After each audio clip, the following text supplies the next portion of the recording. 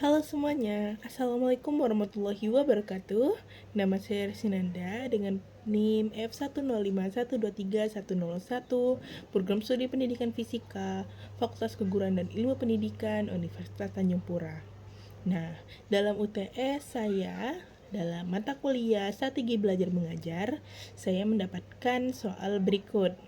Model-model pembelajaran dalam fisika itu apa saja, dan ini dipilih salah satunya, lalu kemudian dijelaskan dalam 3 penjelasan yang diminta, yaitu pertama, teori belajar yang mendasari dari model pembelajaran tersebut, yang kedua, sintaks model pembelajaran tersebut, yang ketiga, pilih materi pembelajaran fisika lalu kaitkan dengan sintaksnya.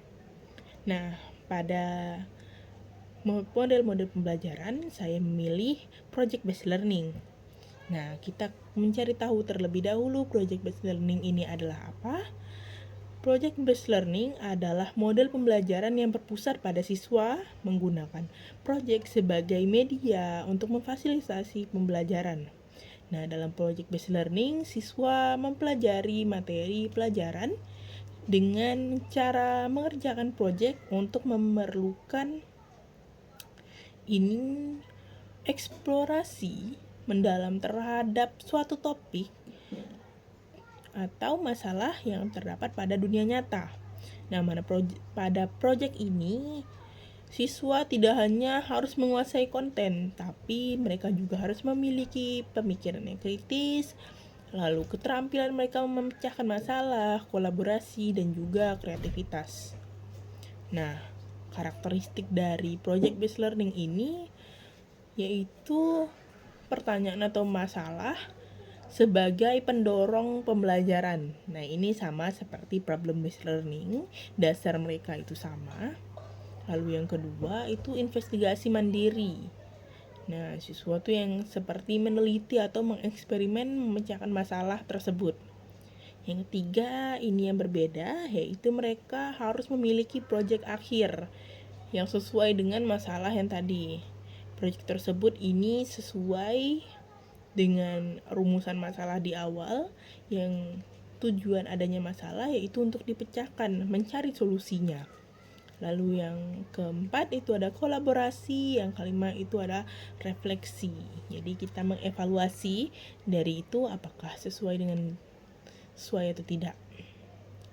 Nah, lanjut kita sesuai dengan persoalan tadi yang diminta penjelasan, yaitu dari yang pertama, teori belajar yang mendasari model pembelajaran project based learning. Model pembelajaran project based learning ini didasari dari teori belajar konstruktivisme yang menekankan bahwa siswa belajar secara aktif melalui pengalaman nyata dan berpartisipasi dalam kegiatan yang mendorong mereka untuk membangun pengetahuan mereka sendiri. Nah, project based learning ini juga dipengaruhi oleh teori belajar situasional oleh Vygotsky yang menekankan pentingnya interaksi sosial dan konteks nyata dalam proses belajar. Selain itu, prinsip-prinsip teori belajar dari problem based learning ini juga tercermin pada project based learning. Siswa yang diharapkan untuk dapat menyelesaikan masalah nyata. Nah, dalam sintaks model pembelajaran project based learning ini secara umum terdapat 5 tahapan. Yang pertama itu menentukan pernyataan untuk pertanyaan mendasar, essential question. Nah, ini guru yang memberikan atau siswa yang merumuskan pertanyaan yang dapat menjadi pemantik untuk mendasar sebagai tujuan proyek. Lalu yang kedua, menyusun perencanaan proyek. Siswa atau guru bekerjasama untuk merencanakan proyek dan mencapai tujuan, langkah-langkah kerja, sumber daya, dan alat yang dibutuhkan. Nah, yang ketiga itu menyusun jadwal. Siswa atau guru memberikan tenggat, kalau siswa itu memberi jadwal yang terstruktur untuk perencanaan pembuatan atau pembuatannya.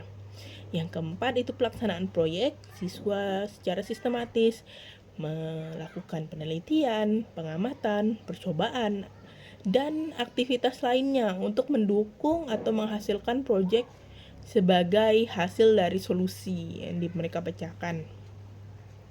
Lalu yang kelima itu evaluasi dan refleksi.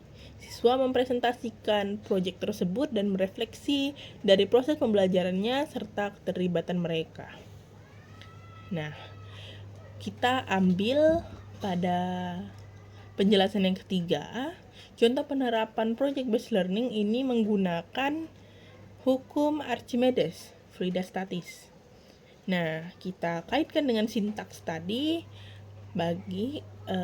Jadi dalam penerapan project based learning ini yang pertama, sintaks pertama, langkah-langkahnya penerapan pernyataan mendasar. Nah, guru memberikan pertanyaan berupa bagaimana cara kerja prinsip hukum Archimedes dalam kehidupan sehari-hari, misalnya pada kapal atau balon udara. Nah, untuk kapal itu mewakili fluida air, yang balon udara mewakili fluida udara, angin. Lalu yang kedua, menyusun perencanaan proyek. Siswa merencanakan proyek untuk mempelajari hukum Archimedes dengan merancang dan membangun model sederhana seperti perahu kecil atau dari bahan daur ulang, atau membuat eksperimen dengan balon udara mini. Yang ketiga, menyusun jadwal. Siswa menentukan tenggat waktu untuk menyelesaikan eksperimen, misal dalam 1 minggu, termasuk pembagian tugas dalam kelompok. Yang keempat itu pelaksanaan proyek. Siswa melakukan percobaan, mengukur gaya apung yang ada pada benda yang tercelup ke dalam air, lalu mencatat pengamatannya, lalu mereka meriset kembali berkaitan dengan hukum Archimedes. Yang kelima, evaluasi dan refleksi. Setelah proyek selesai, siswa mempresentasikan hasil percobaan mereka terhadap cara kerja hukum Archimedes dalam eksperimen yang mereka lakukan. Mereka kemudian merefleksi proses pembelajaran yang telah mereka lalui dan lalu mendiskusikan tantangan yang mereka hadapi pada selama proyek. Nah, sekian dari saya. Semoga dengan jawaban ini dapat menjawab dari pertanyaan-pertanyaan tadi. Sekian dari saya ucapkan terima kasih. Wassalamualaikum warahmatullahi wabarakatuh.